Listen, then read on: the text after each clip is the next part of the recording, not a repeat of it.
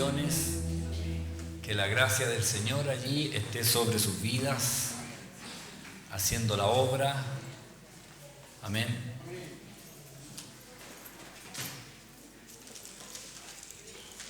Están como esparcidos así, como que alguien vino y tiró nomás así la chaya. Como que tiró chaya así, cada uno por su lado. Sí, no. Traten de estar más adelantito para no gritar. Amén. Sí, o se ven menos. Eso, gracias hermano, gracias. Gracias hermano. Las hermanas obedientes, los hermanos obedientes. Obediencia, muy bien. La obediencia, amén. Claro. Sí.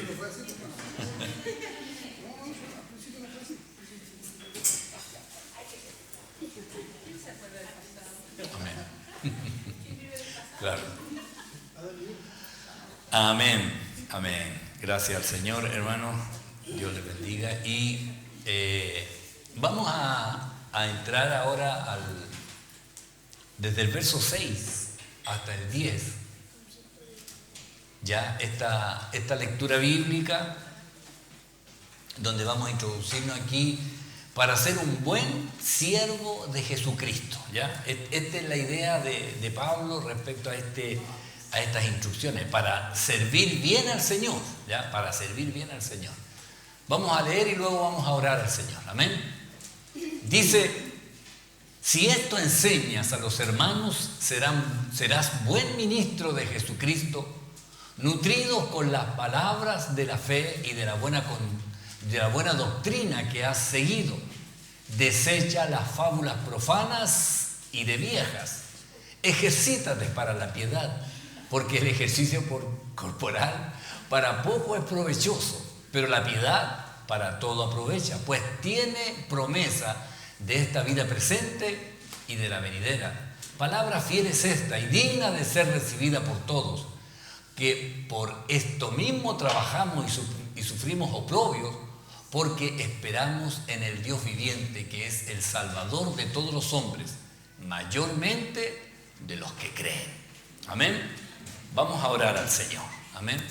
Padre, en el nombre de Jesús, Señor, le doy gracias por la bendición que usted nos da, de poder juntarnos, de poder escudriñar su palabra, de buscar, Señor, en ella lo precioso de lo que usted, Señor, nos ha entregado. Yo pido que usted bendiga a cada familia que está representada en este lugar. Y pido que la gracia suya sea, Señor, sobre cada uno de nosotros. Que el Espíritu Santo nos ministre, nos ayude a hacer su voluntad. Y le pido, Señor, que usted haga la obra. En el nombre de Jesús. Amén y amén. Amén. Hoy veremos los consejos de Pablo a Timoteo para ser un buen ministro. Un buen ministro de Jesucristo. Un buen ministro. Yo creo que el anhelo de todos es hacer lo bueno, hacerlo bien. Yo tuve una experiencia cuando en el mes de marzo del año 2012, en enero llegamos acá, el pastor superintendente, el pastor Arturo Leal, me dijo: tienes que completar los estudios teológicos del instituto. Yo había hecho 1 año y medio, casi 2, pero 1 año y medio válido. Y estaba aquí como obrero cristiano, me faltaban 6 meses para ser obrero cristiano en realidad. Entonces el pastor me dijo: mira, vas a estar, pero tienes que completar no solo los 2 años, sino los 4. Al final terminé haciendo 5, pero era porque iban agregando nuevos ramos que antes no estaban. Entonces, ¿cómo? No me eché ningún ramo. No me eché ningún ramo. No, pero, y ahí en marzo me fui a matricular. Llevaba 2 meses como pastor, entonces para mí todo era novedad. Y yo recuerdo estar ahí en la sala, en el segundo piso de la iglesia de Valparaíso, esperando para entrar a clase. Y mi oración era, Señor, tengo que aprender. Porque yo decía, ahí me van a enseñar todo lo que tengo que hacer. Llevaba 2 meses haciéndolo así como a mí se me ocurría en realidad, que era con mi esposa salíamos a predicar media hora antes del inicio de las reuniones. Aquí en la población salíamos a predicar y volvíamos y empezábamos el culto. Recuerde que no habían hermanos, habían 8 hermanos que salimos a visitar y en marzo ellos llegaron. Entonces, en enero y febrero venían prácticamente familiares nuestros a la iglesia a apoyarnos, ¿ya? Y claro, éramos a veces 10, 12, pero sabíamos que en marzo desaparecerían porque empezaba la rutina del trabajo. Entonces, cuando estaba allí la primera semana de marzo, yo estaba ahí mirando de la ventana hacia afuera y decía, Señor, ¿cómo tengo que hacerlo? Todavía no llegaban los 8 que al final en marzo habían. Y yo, ¿cómo tengo que hacerlo, Señor? Y justo un ancianito entra a la sala y se sienta allí en las mesas, en una sala de clase. Se sienta y me queda mirando, me dice, hermano, ¿usted está pastoreando? Me dice. Sí, le dije yo. Me dijo, ¿cuánto tiempo lleva en el ministerio? Y yo le digo, 2 meses. 2 meses. Me dice, yo llevo 60 años. Me dice, y me jubilaron. Ya no estoy pastoreando, me dice, pero en la iglesia pentecostal donde él era, me dijo, ya me tienen ahí como adorno, me dijo. ¿Ya? Pero vengo aquí a hablar con el pastor, me dijo. Entonces me dice, oiga, ¿y usted lleva 2 meses? Sí, me dice, ¿y usted sabe lo que tiene que hacer? Yo le dije, no. Y él me dice 3 cosas, me dijo. Le voy a decir 3 cosas y nada más. Atienda las ovejas. No, alimente las ovejas, atiéndalas y preocúpese de ellas. Nada más, me dijo. Eso es todo el pastorado. Aliméntela, atiéndala y preocúpese. Y se para y se va. Se para y se va. Después llega el pastor Leal, que era el director del Instituto Bíblico. Le digo yo, oiga, había un pastor esperándolo que ya como 60 años y se fue, lo esperó un rato y se fue. No, me dijo, no. Y le dije yo, pero es de la iglesia, y le digo, no sé, me dijo, ¿quién será? Bueno, va a volver, po. La verdad es que nunca más lo vi. Nunca más lo vi. Y claro, digo yo, pero, y yo eso lo tomé, dije yo, un consejo humano de un hombre que tiene experiencia. Entonces me dije, bueno, para ser un buen ministro. Y un día, el pastor Ricardo Cortés, pastor de la iglesia de Gómez Carreño, en un retiro de pastores, predica cómo ser un buen siervo de Jesús. Yo ahí ya llevaba como 4 o 5 años, 6 años llevaba. Y para ese tema, lee Juan 21, desde el 16 hasta el 17. Y él predica de este texto, cuando el Señor le dice a Pedro, Pedro, ¿me amas? Y él dice, tú lo sabes, y él le dice, apacienta mis corderos. Después le dice, pastorea mis ovejas. Y después la tercera vez le dice, apacienta mis ovejas. Bueno, el pastor Ricardo, sin saberlo en realidad, explica las 3. Y él dice al final, en resumen, hermano, alimenta las ovejas, atiende a las ovejas y cuida a las ovejas, una cosa así. Y yo digo, y ahí, y yo le digo a mi señora, oye, ¿te acuerdas del viejito? Sí, el pastor predicó, pero usó la Biblia y era eso. Y eso es lo que uno debe hacer. Ahora, en todo lo que usted tenga que hacer, porque a veces usted tiene una responsabilidad, me dice, pero es que yo no soy pastor, pero a veces uno tiene una responsabilidad, por ejemplo, yo digo, parte de esto es la familia. El varón es el pastor en la casa y debe cuidar a las ovejas, debe alimentarlas, no en la parte física, también en lo espiritual, debe cuidarla, ¿ya? Entonces, esto es para todos. Ahora, cuando Pablo está hablando aquí, ¿ya? Estos consejos para ser un buen ministro, un buen siervo, dice el verso 6, si esto enseñas a los hermanos, serás un buen ministro de Jesucristo. nutrido con las palabras de la fe y de la buena doctrina que has seguido. Si esto enseñas a los hermanos. Ahora, la idea de este versículo, en la Dios habla hoy, dice: enseña estas cosas a los hermanos y serás un buen servidor de Cristo Jesús, un servidor alimentado con las palabras de la fe y de la buena enseñanza que has seguido. ¿Sabe?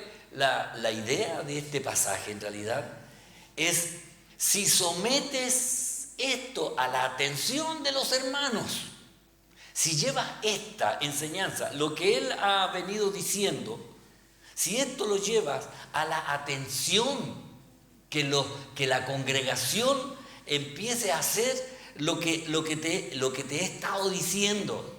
¿Y qué le ha estado diciendo? Bueno, que en los postreros días van a venir apóstatas, en los postreros días van a engañar a algunos, en algún tiempo más, dice, o sea, en los postreros tiempos vendrán algunos hipócritas y mentirosos. Entonces, lo que Pablo está diciendo: pon que los hermanos tengan atención a esto, porque esto va a pasar. Y uno debe entender, y lo decía yo el jueves, no todos los que están en la iglesia son lo que deberían ser, lamentablemente. No todos conocen al Señor, conocen del Señor, se saben los versículos, la alabanza, pero no han tenido un encuentro con Jesucristo. Entonces ahí es donde nosotros tenemos que tener ojo con esto. Amén. Hermana Flor. No sé si usted lo ha escuchado, que dice: no todos los que están en Israel son israelitas. Y eso sale en Romano. En Romano capítulo... Hace poquito pasé por ahí. Hace poquito pasé por ahí. A ver si dice... Dice: no todos los que descienden de Israel son israelitas, sino algo así.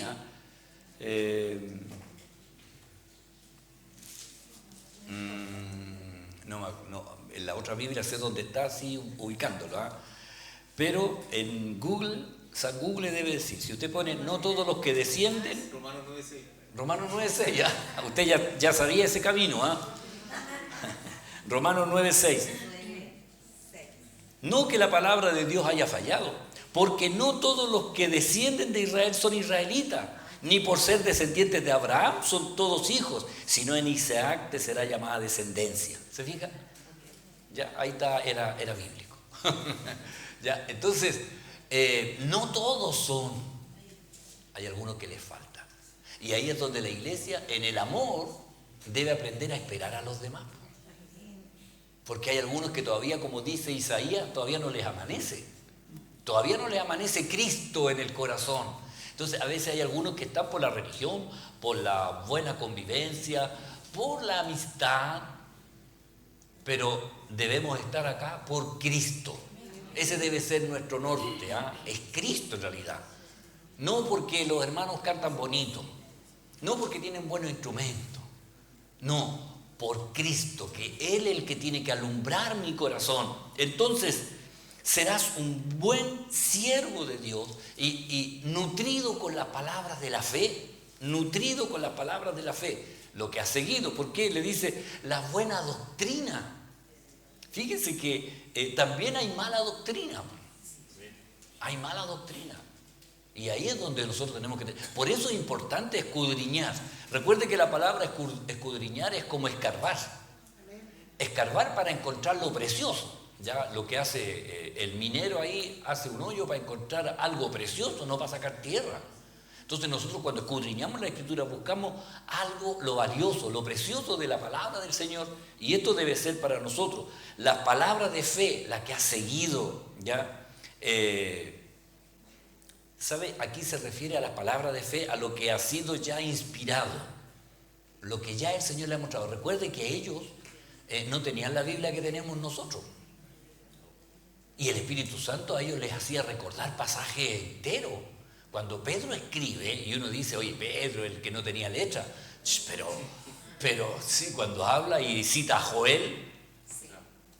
Hace poco un hermano me contaba una experiencia que tuvo, que en el hospital ahí el hermano Rodrigo empezó a hablarle a una persona y dice que de pronto le empezaron a venir versículos y él hablaba Y a un le contaba ahí ayer en la reunión de varones a otro hermano, decía, yo decía versículos que yo sé que están, pero no sabía ordenarlo de tal manera que salían así, pero clarito el mensaje.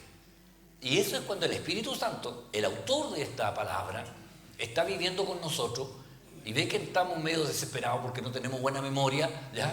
Pero el Espíritu Santo, el Señor dijo que Él nos recordaría. Amén.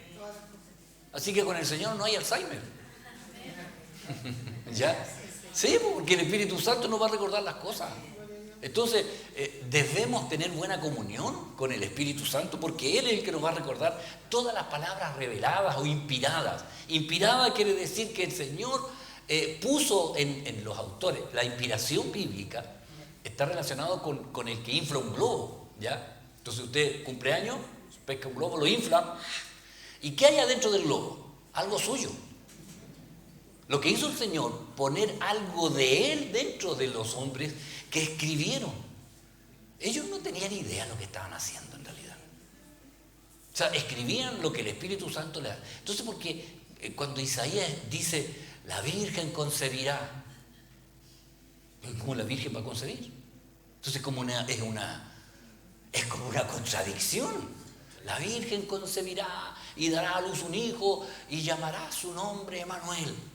Y decía, ¿pero se va a llamar Emanuel? Entonces alguien por ahí dijo, no es el Señor porque no se llama Emanuel. Y Emanuel quiere decir Dios con nosotros. Entonces ellos escribían. Entonces es como este lápiz que yo escribo cosas, el lápiz no sabe en realidad, pero yo voy leyendo lo que he escrito. Entonces la inspiración es lo que Dios puso en ellos. Y cuando Pablo le dice las palabras de fe son las palabras que ya el Señor dijo.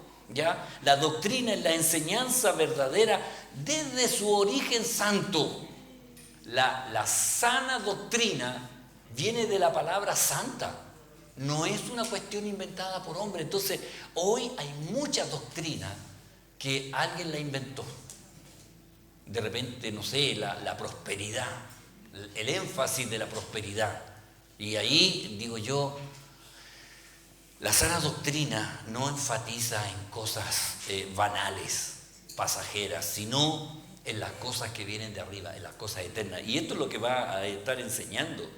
Esta es la enseñanza que Él espera que nosotros tengamos. Como un padre le está diciendo a Timoteo, enséñale como un padre enseña a un hijo. En la carta de Pablo a la iglesia de Éfeso dice, y vosotros padres no provoquéis a ir a vuestros hijos. ¿Y cómo debe ser esto? Sino criadlo como disciplina y amonestación del Señor. Y esta debe ser la crianza. Entonces, ¿cómo un padre debe enseñar al hijo? Con disciplina. Oiga, es lo primero que uno tiene que enseñarle al hijo, especialmente al hijo varón, que tiene que tener disciplina. Si uno no le enseña disciplina, después va a tener puros problemas en el trabajo. No va a llegar a la hora, no va a saber obedecer, se va a aburrir a la primera. Entonces, si hay algo que debe saber, en realidad no solo el hijo hombre, la mujer también ahora trabaja la mujer, tiene que tener disciplina. Y eso se aprende en la casa. No lo aprende ahí en el primero básico, en la casa se aprende. Entonces, si algo yo le doy gracias al Señor por haber estado 5 años en la Armada, fue porque me enseñaron a obedecer y a ser disciplinado. Entonces, yo ahí aprendí que había que tener listo el uniforme para el otro día. En cambio, mucha gente dice, no, mañana veo la ropa. No, yo sé que no me puedo acostar si no dejo la ropa que me voy a poner el otro día. Y mi señora me dice, oye, me dijo, pero ¿qué tanto? Yo digo, no, que tengo que tener. Y yo ahí la dejo en la pieza, dejo el pantalón ahí, listo. Y ahí me voy a acostar. Y yo le digo, me dice, ¿por qué? No, estaba preparando la ropa para mañana. Y dice, pero si mañana no tenéis que salir a las 6 de la mañana. Bueno, la verdad que sí tengo que salir a las 6 de la mañana. Pero me dice, pero no tenéis la... No, digo yo. Y eso me quedó a mí de allá, del año 74. ¿Ya? Entonces... Porque en mi casa, yo le digo honestamente, en mi casa, a mí no me enseñaron disciplina. Yo era el único hombre, 5 hermanas mujeres, era el regalón, el príncipe de la casa. Yo me iba de mi pieza a tomar desayuno, tomaba desayuno, me iba a la calle, jugar a la pelota, todo eso. Volvía, llegaba a mi pieza y estaba todo hecho. Era mágico. Era algo mágico. Entonces yo no sabía hacer la cama, pero en la armada aprendí. Me costó, sí, pero aprendí. ¿Me entiendes? Entonces, la disciplina es importante. Entonces, ¿cómo enseña un padre? Disciplina y amonestación del Señor. Y esta amonestación es porque hay que corregir las cosas que están mal. Y ahí es donde el papá cae mal. Después, cuando ya uno es adolescente, ¡ay, es pesado mi papá! Es pesado, no me deja tranquilo. Pero después, cuando uno ya pasa la edad, uno dice gracias, papá. ¿Sí? Y uno da gracias, ¿ya? Porque en realidad esa es la forma de hacerlo. Entonces, Pablo le dice a Timoteo cómo debe ser. Entonces, hay que hacerlo ya con disciplina, amonestación, nutrido en la palabra de la fe, buena doctrina bíblica. La doctrina debe estar basada en versículos, en conceptos bíblicos, ¿ya? Y a veces uno ni sabe, pero están ahí. ¿Amén? Hermana. Es importante tener conocimiento bíblico. Sí. Porque las falsas doctrinas, Las falsas enseñanzas se basan en la palabra del Señor, sacan texto fuera del de contexto y claro. arman una doctrina, y el que no tiene conocimiento es extraviado. Claro. Es claro. importante sí tener ese... Yo les conté del hermano que venía de una iglesia y que le enseñaron que todo lo que él pisara a la planta de su pie era de él. Lo sacaron de un texto bíblico que el Señor le dice a Josué. Todo lo que pisara en la planta de tu...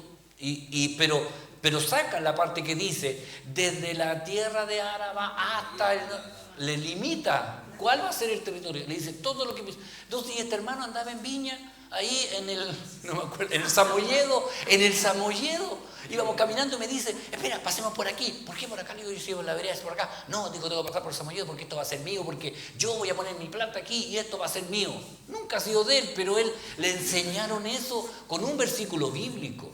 Entonces, uno tiene que saber que todos los versículos tienen un contexto, uno que va antes, el que va después, y a veces los pastores dicen, uno debería leer todo el capítulo. O sea, uno encuentra un versículo y dice, ¡ay, qué lindo! Pero voy a leer por qué lo dijo. ¿Para qué lo dijo? Entonces vamos a ver un versículo que aquí habla de los cuentos de vieja, y aquí va a haber controversia, pero... Claro, pero hay que buscar el contexto, ¿ya? Aquí está. Versículo 7. Desecha las fábulas profanas y de viejas. Ejercítate para la piedad. No, pero es que hay que dar el énfasis que Pablo estaba dando. De viejas fábulas. Mire. Ahora está escrito al revés. Claro. Viejas y profanas. La NBV, Nueva Biblia Viva, este mismo versículo dice, no pierdas el tiempo discutiendo mitos y leyendas mundanas. Emplea el tiempo y las energías en ejercitarte para vivir como Dios manda. Mire cómo ahí lo dice más bonito, ¿cierto? Porque Pablo llegaba y la alargaba nomás, ¿ya? Entonces, desecha, evita. Desecha es evitar. No tenga nada que ver con los cuentos de fábulas. Ya voy a evitar el vieja ya. Porque dice, estas fábulas son profanas. Lo que quiere decir que son profanas es que alejan de la fe. Cuando son profanas alejan de la fe, alejan de la comunión con Dios. Por eso son profanas, ¿ya? Y ya le había dicho a Tito, no atendiendo a fábulas judaicas ni a mandamientos de hombres que se apartan de la verdad. Entonces, hay muchas cosas, ¿ya? Los judíos tenían muchas historias que contaban, fábulas. Lo hacían para tratar de hacer más actualizadas las escrituras que tenían ya miles de años, y ellos trataban de hacerla más adaptable. Y la verdad es que conocemos nosotros de muchas fábulas, ¿cierto? Las fábulas son estas historias breves, habitualmente son de animales que quieren dejar una enseñanza. El león y el ratón, ¿ya? Pedrito y el lobo, son fábulas, ¿ya? que dejan una enseñanza. Pedrito era el que decía el lobo, y el pueblo salía a ayudarle y no era el lobo. Pero cuando fue verdad, Pedrito salió de nuevo, el lobo, y dijeron, entonces ahí dice, no hay que abusar de la mentira porque cuando sea verdad nadie te va a creer. Y esa es una fábula. El león y el ratón era que ahí el león lo iba a comer y el ratón le dice, no me comas porque va a llegar el día que yo te puedo ayudar. Y el león dijo, ¿cuándo me vas a ayudar? Si me perdonas la vida, un día te voy a ayudar. Ya, el león dijo. Y un día el león va ahí en la selva, dice, cae en una trampa, cae en una red. Y gritaba pidiendo ayuda, ayuda. Y va pasando el ratón. Y el ratón le dijo, ¿te acuerdas que yo te dije? Ahora yo te doy. Se sube y empezó a morder la red, hizo un hoyo y el león se salvó. Entonces dice, nunca hay que menospreciar a los más débiles porque siempre tienen algo bueno. Entonces, son fábulas. Entonces si alguien dice, ahora voy a hablar de algo bíblico, la rana y el escorpión. De hecho, esto lo escuché yo, ya, en una iglesia. La rana y el escorpión. Y esto no sale en la Biblia. Pero lo que el hermano quería enseñar, y la fábula es que el escorpión quería cruzar el lago. Y no podía cruzar, pues estaba la rana ahí, y el escorpión le dice, ranita, ¿me puedes llevar? Y la rana le dice, te llevo siempre que no me piques, porque sabía que el veneno ahí en la cola. Y el escorpión le dice, no, pero ¿cómo te voy a picar? Si yo te pico nos vamos a morir los dos. Y la rana dijo, verdad, pues. Entonces dice, ya, te llevo. Se sube el escorpión, van en la mitad del lago, y el instinto del escorpión, que siempre lo hacía, ¡pah!, la picó. Y la rana empieza a ahogarse. Y le dice, pero escorpión, nos vamos a morir los dos. Le dice, es que es mi naturaleza, le dice el escorpión. No podía frenar lo que está en mí. Y la moraleja, no confíes nunca en alguien que siempre hace lo malo. El hermano empezó a predicar de eso, pero no usó un texto bíblico. Y habló de la carnalidad en realidad. Uno podía decir, pero él tendría que haber usado un texto bíblico primero y después haber dicho, hay un ejemplo en el mundo que cuentan esta fábula. Entonces Pablo le dice, no te metas en fábulas. No te metas en esos cuentos. Son buenas enseñanzas y de hecho a mí me gusta porque se las he contado a mis nietos. Cuando un abuelito ya empieza a hacer estas cosas, ya.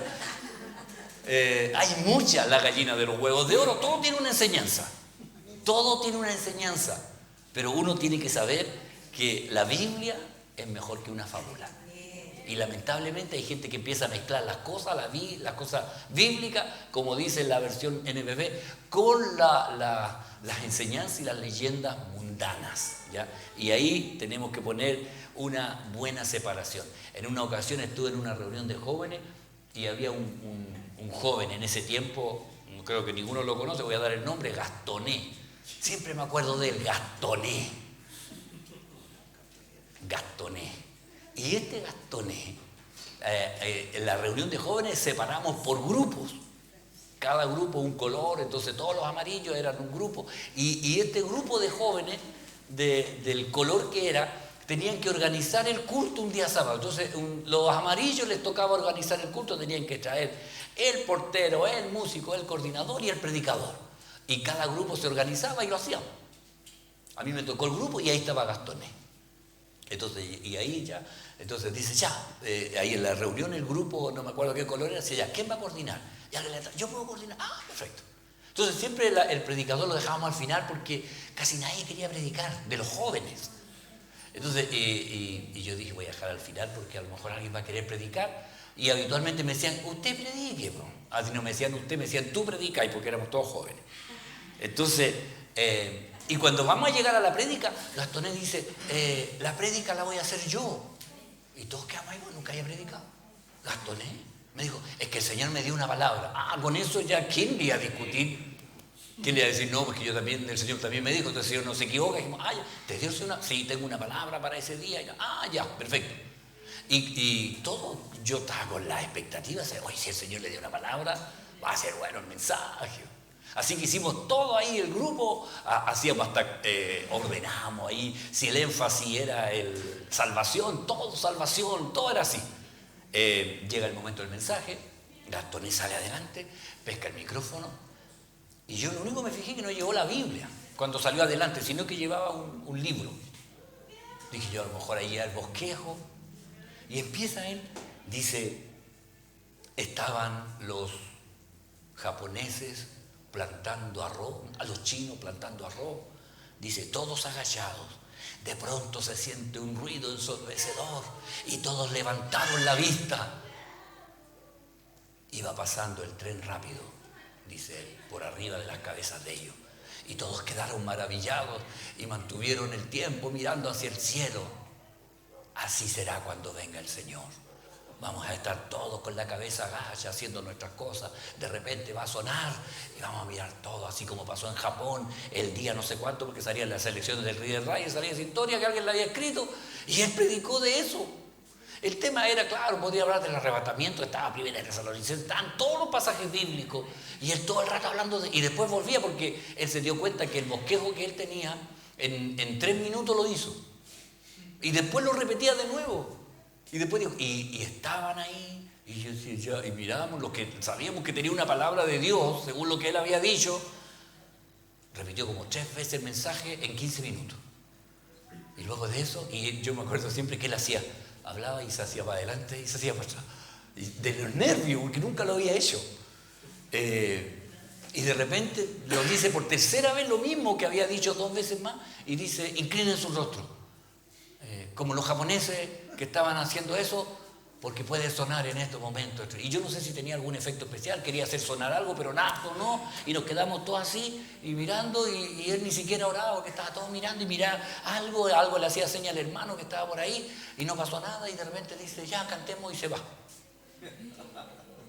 Entonces, tenemos que tener cuidado. No usar el nombre de Dios en vano. No usar el nombre de Dios en vano. Y usar la palabra del Señor. Siempre la palabra del Señor y desechar las cosas. Entonces, cuando mezclamos las cosas del mundo con las cosas del Señor, tenemos que tener mucho cuidado porque eso puede traer complicaciones. ¿Sí? Con respecto a esto mismo, yo he visto mucho que en los cultos, en otros lados, se enseña mucho mensaje motivacional. De gente que hace coaching, que confía en ti mismo, claro. Y afirma, y como que Dios viene siendo casi como una muletilla, o para, como entre comillas, adornarlo con una especie de mensaje, claro, entre comillas, cristiano, claro. Pero en definitiva es un mensaje de superación personal, lo que en sí, por ejemplo, si fuera en un trabajo, cualquier otro lado, que no fuese la iglesia, sería bueno en definitiva, pero no es un mensaje cristiano. Claro. Y el mensaje debe ser cristocéntrico. Pero los motivacionales son egocéntricos, porque la persona tiene que superarse a sí mismo. Amén. Y nosotros creemos que es Cristo el que nos lleva a una mejor estatura de conocer al Señor. Hermana Flor. Sí, vi justamente hace un par de días, vi en Google, ¿ya?, un video que decía, o sea, el título, porque no lo vi, decía, saca lo mejor de ti mismo. Claro. ¿Qué va a sacar uno si uno no tiene, uno como humano no tiene nada? Claro, sí. Y siempre están enfocados en uno, todas las motivaciones están enfocadas en el hombre más que nada. Fíjese, y Pablo le dice, ejercítate para la piedad, ejercítate para la piedad. En la otra dice, emplea el tiempo y las energías en ejercitarte para vivir como Dios manda. ¿Ya? Y en esto le está hablando de la disciplina personal que esté relacionado con la vida eterna, más que con alguna otra cosa. Ahora, debo aclarar también que en las predicaciones uno puede usar ilustraciones para hacer más entendible quizá el mensaje, pero la ilustración no debe ser más importante que la palabra de Dios. ¿Ya? Eso debe ser así. Este ejercitarte para la piedad. En 1 Corintios 9:25 dice, todo aquel que lucha, de todo se abstiene, ellos a la verdad para recibir una corona corruptible, pero nosotros una incorruptible. Y está hablando de los que compiten, del atleta, de la gimnasia. Usa la palabra griega relacionada con gimnasia, ¿ya? De ejercitarte, pero para las cosas de Dios y no para las cosas terrenales, ¿ya? El que lucha lo hace con dedicación, ¿ya? Lo hace con dedicación, y nosotros debemos tener dedicación para las cosas de Dios. Amén. Y aquí de inmediato en el verso 8 explica por qué. ¿Por qué ejercítate para la piedad, para las cosas que son de Dios? ¿Ya? Disciplínate mira a las cosas eternas. Dice, porque el ejercicio corporal, ¿ya? Para poco es provechoso. Para poco es provechoso. Pero la piedad para todo aprovecha, pues tiene promesa de esta vida presente y de la venidera. Entonces, en la NTV dice, el entrenamiento físico es bueno, no es que sea malo, es bueno, pero entrenarse en la sumisión a Dios es mucho mejor, porque promete beneficio en esta vida y en la vida que viene. Entonces, no es que sea malo hacer ejercicio físico, pero Pablo hace la diferencia que es poco provechoso porque en realidad va a durar un poco de tiempo. Conozco a un hermano de otra congregación que él muy atlético, gimnasta, lo conocí de antes, musculoso y todo eso. Ahora ya tiene más de... No voy a decir, 67, 68 años. Y toda la musculatura que él tenía, ahora ya no es. Claro, ya no es. Entonces, él mismo me dice, porque claro, como él era así, más musculoso, y ahora ya no, los músculos ya no funcionan, y él se ve así con la cara, incluso a la cara así como caída, ¿ya?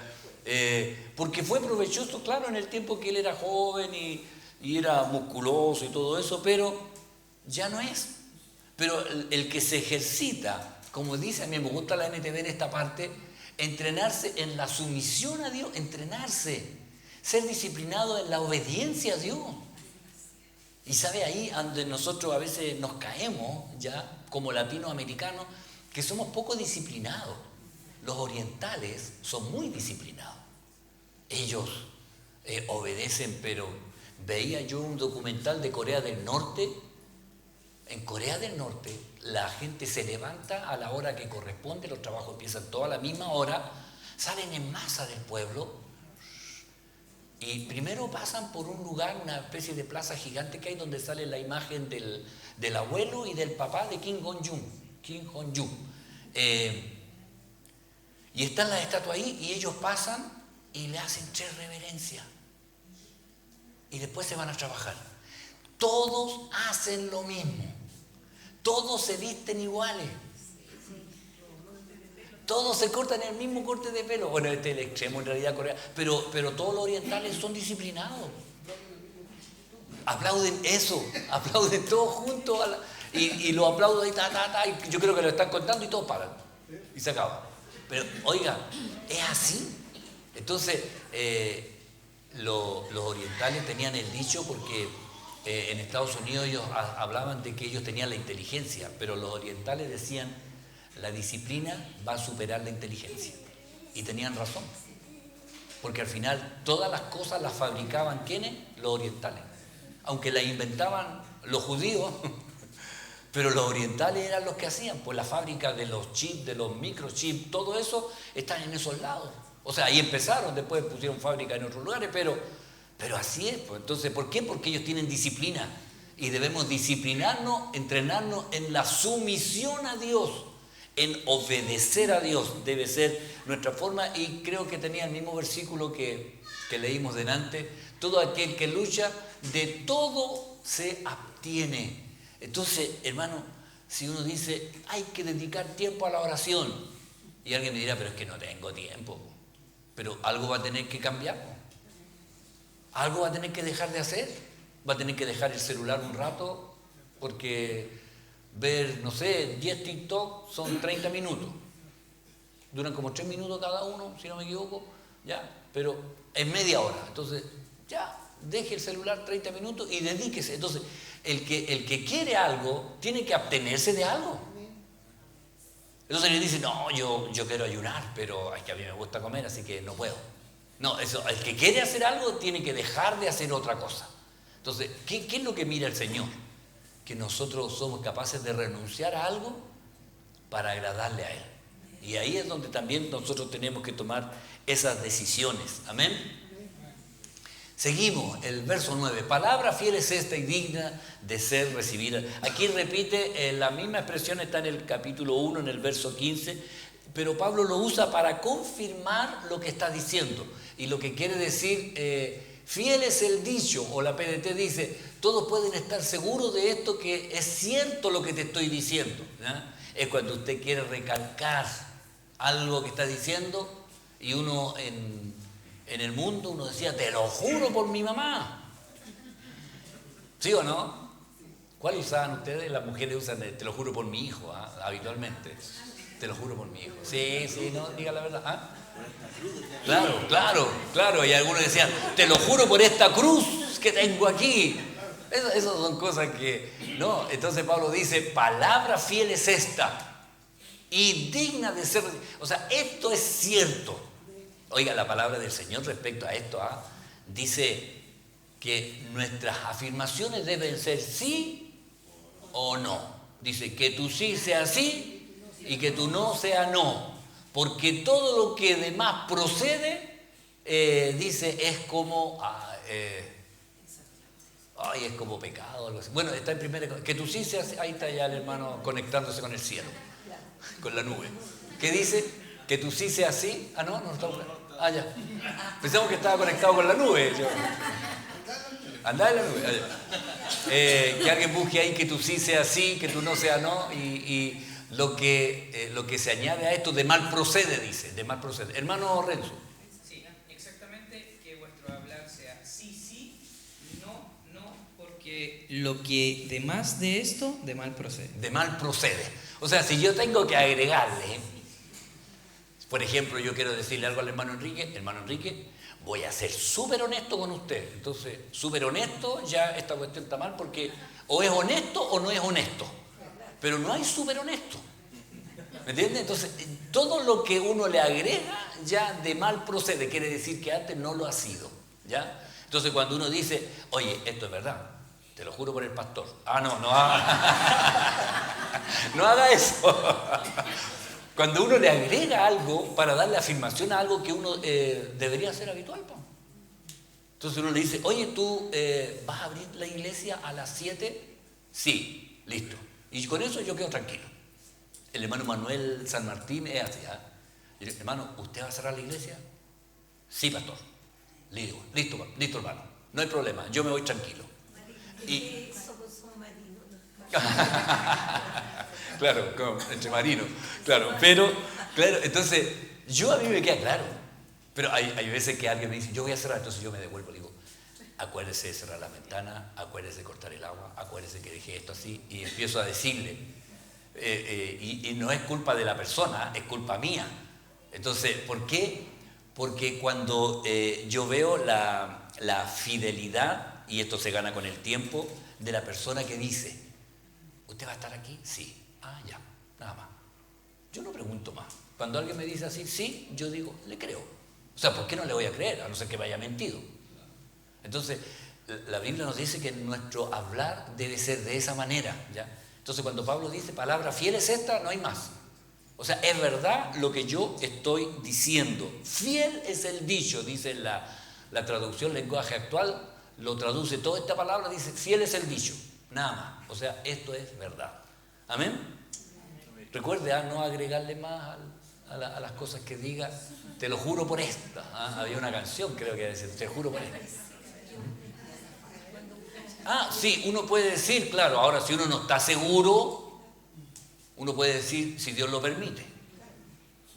Si Dios lo permite, o sea, no sé, dice, nos vemos en el culto, si Dios lo permite, pero Dios siempre quiere, le voy a decir al tiro. Claro, y si uno no va, dice, no. Oiga, sí, ayer un hermano dijo algo que a mí me quedó dando vueltas, ¿ya? Porque en la reunión de varones, entonces dijo, yo vine a la reunión de varones, dijo él, y yo no quería venir, la verdad, o sea que se comprometió, porque los varones tienen un grupo, ¿ya? Le voy a dar un dato a la hermana, tiene un grupo de varones donde dice, confirme si va a asistir. Entonces cada uno que va a asistir pone sí y el que no va a asistir pone no. ¿Ya? Y el hermano había confirmado que iba. Bueno, estaba en la reunión, es un hermano nuevo. Y él dijo, hermano, yo quiero decir que yo me inscribí, pero después no quería, como que dijo, no. Entonces él dijo, y empecé a buscar una excusa. Y empecé a buscar una excusa para no ir. Porque a veces nos pasa.